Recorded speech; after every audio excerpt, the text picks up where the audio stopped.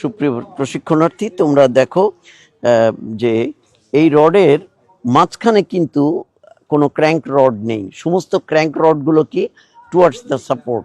কেননা crank rod towards the support হওয়ার জন্য এই জন্য প্রয়োজন যে সেইখানে আমাদের সমস্ত নেগেটিভ মোমেন্ট।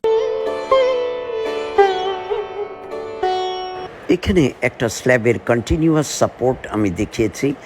দেখো এন্ডে গিয়ে প্রত্যেকটি জায়গায় নেগেটিভ মোমেন্ট। এইখানে দেখো নেগেটিভ মোমেন্ট, উপরে হচ্ছে পজিটিভ, অর্থাৎ প্রতিটি স্ল্যাবের মাঝখানে পজিটিভ মোমেন্ট প্রিডোমিনেন্ট এবং সাপোর্টে গিয়ে নেগেটিভ। কাজেই নেগেটিভ মোমেন্টকে এনকাউন্টার করার জন্য আমাকে ওপরে স্টিল দিতে হয়, সেই জন্যই আমরা বারগুলোকে ক্র্যাঙ্ক করে থাকি। তো চলো একটু দেখে আসি স্টিল অ্যারেঞ্জমেন্টটা কেমন।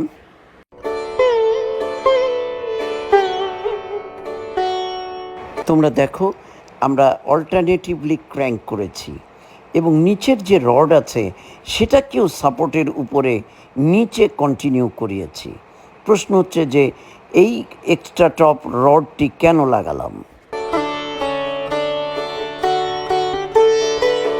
মনে করো অল্টারনেটিভলি যদি তুমি ক্র্যাঙ্ক করো তাহলে তো উপরে ফাঁকা থেকে যাবে, ওই ফাঁকা অংশ পূরণের জন্য আমরা ক্র্যাঙ্ক রড লাগাই। তুমি প্রশ্ন করতে পারো যে সাপোর্টে যদি নেগেটিভ মোমেন্ট প্রিডোমিনেন্ট হয় তাহলে আমি কম্প্রেশন জোনে কেন স্টিল দেব।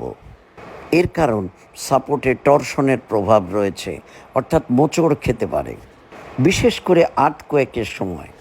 এছাড়া লোডিং কন্ডিশন যত তুমি আইডিয়ালি চিন্তা করছো বাস্তবে তাও নাও হতে পারে, কাজেই একটা এক্সট্রা অ্যালাউন্স দেওয়ার প্রয়োজন। থার্ড থিং বলছে যে যদি তোমার রিনফোর্সমেন্ট নাও লাগে তবুও তোমাকে টেম্পারেচার সিঙ্কেজ রিনফোর্সমেন্ট প্রোভাইড করতে হবে।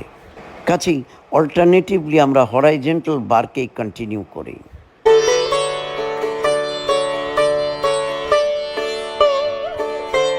পুঁথিগত বিদ্যা আর পরহস্তে ধন, নহে বিদ্যা নহে ধন হলে প্রয়োজন। সুপ্রিয় প্রকৌশলী, তোমরা প্রত্যেকটা জিনিস চিন্তা করো এবং প্র্যাকটিক্যালি এক্সপিরিয়েন্সড হওয়ার চেষ্টা করো। রাস্তায় কনস্ট্রাকশনের কাজ চলতে থাকলে ঘুরে ঘুরে দেখো, প্রশ্ন করো, বাড়িতে এসে নিজে পড়ালেখা করো। যদি আমাদের এই বিলবন্ধু ব্লগের কন্টেন্ট ভালো লাগে তবে পেজটি লাইক করে শেয়ার করে আমাদের সাথেই থাকো। প্রিয় প্রকৌশলী, কোনো প্রশ্ন থাকলে জানিও। তোমাদের প্রশ্ন হয়তো আমাকে নতুন করে পড়ালেখার সুযোগ তৈরি করে দিতে পারে। আসসালামু আলাইকুম রহমতুল্লাহ, আদাব, নমস্কার।